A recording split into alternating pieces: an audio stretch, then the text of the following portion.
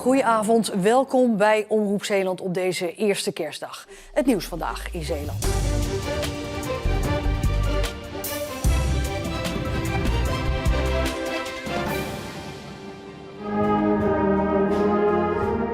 Uiteraard zijn er vandaag op veel plaatsen kerstvieringen gehouden in onze provincie.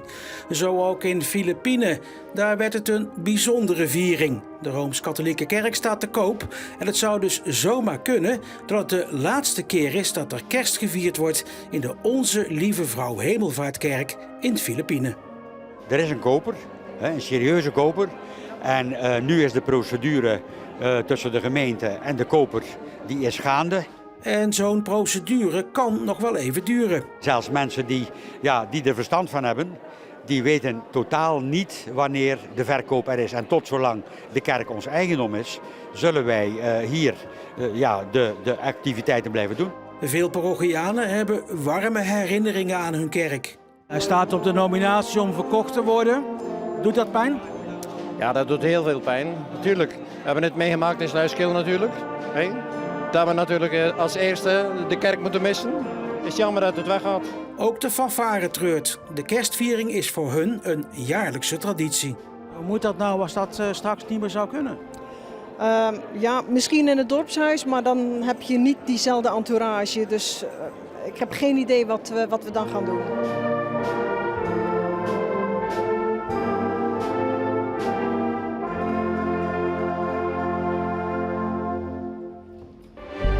Lichtje voor lichtje werden gisteravond de oorlogsgraven in Westkapelle verlicht. Cornelis had hij heet met zijn voornaam, denk ik. En hij was 14 jaar. Heel erg jong als je gebombardeerd wordt op 3 oktober en je komt er niet levend meer uit. Heel erg vervelend. Verschrikkelijk voor de familie, als je je kind zo moet missen. Daarom worden de lichtjes neergezet. Om ook aan de oorlogsslachtoffers te denken tijdens de feestdagen en wat licht te brengen in het donker. Toch nog een stukje extra bewustwording, een stukje de herinnering warm houden, zodat niet vergeten wordt wat er gebeurd is.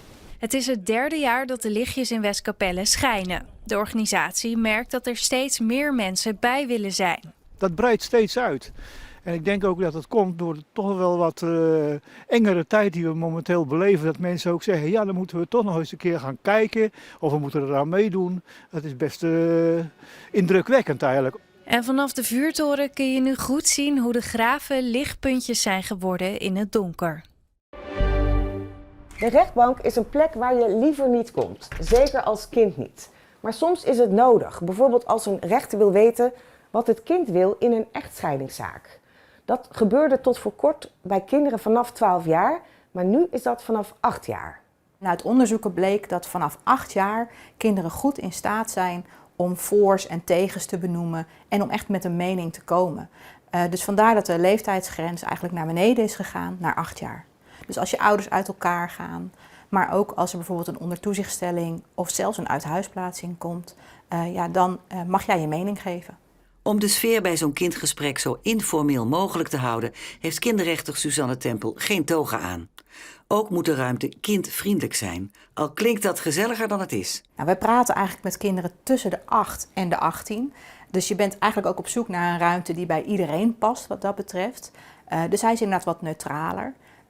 Maar we gaan ook nog kijken van wat kunnen we doen om het nog kindvriendelijker te maken. Dus door bijvoorbeeld wat tekenspulletjes te hebben of dat soort dingen. Maar ook naar hoe kunnen we de inrichting van de kamer nog wat prettiger maken. Het is overigens niet verplicht voor een kind om met een rechter te praten. Het is ook mogelijk om iets op papier te zetten of om helemaal niets te doen. Uiteindelijk gaat het er nooit om dat jij als kind moet kiezen. Je mag vertellen wat je vindt, maar de rechter heeft de verantwoordelijkheid om te beslissen. Miljoenen mensen van over de hele wereld zagen hun video's op TikTok. De mannen van de Bellringers uit Goes hadden nooit verwacht dat ze zo'n succes zouden worden toen ze elkaar als jochies leerden kennen op de Zeeuwse koorschool. Toen nog als klein mannetje een beetje aan het zingen, maar helaas haal je op een gegeven moment die hoge tonen niet meer. Maar dankzij een set handbellen die de koorschool uit Amerika haalde, konden ze toch samen muziek blijven maken. Ja, een beetje een uit de hand gelopen hobby is het ook wel. We zijn eigenlijk allemaal anders. De een is gevangenisbewaarder, de ander werkt in een laboratorium. conservatorium. De een luistert heavy metal en de ander is meer van de pop. Dus ja, toch een heel verschillende soort type mens, maar toch samen één instrument. Bijna net zo divers is het repertoire van de mannen. Rond de kerstperiode heel veel kerstmuziek. En zeker tegenwoordig ook een beetje met de TikToks hele populaire muziek. En dat varieert van de Harry Potter soundtrack tot Simon & Garfunkel. En wonderlijk genoeg is dit de meest populaire video tot nu toe. En voor wie zelf geïnspireerd is om te gaan handbellen, volgens Luc is dit het geheim. Voornamelijk heel goed kunnen tellen. En dan net een beetje met de pols. En ze bestaan eigenlijk alleen uit mannen, maar ik mocht het toch met het allerkleinste belletje even uitproberen.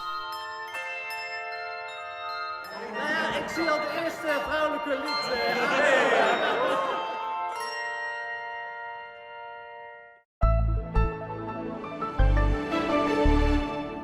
Vanavond en vannacht blijft het helder.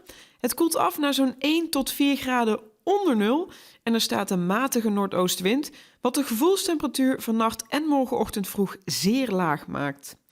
Nou, morgen, op tweede kerstdag, is wederom zon overgoten. Wel ligt de maximumtemperatuur iets hoger dan vandaag met zo'n 2 tot 3 graden, al kan het wel tot het middaguur gaan duren voordat de temperaturen boven nul komen. Dan de vooruitzichten. Zaterdag begint wederom zonnig en fris. En aan het einde van de middag zien we vanuit het noorden bewolking de provincie binnentrekken. Maar met een graad of 5 wordt het een stuk minder koud dan met de kerst. En tot zover deze Zeeland Nu. Nog een fijne avond en graag tot morgen.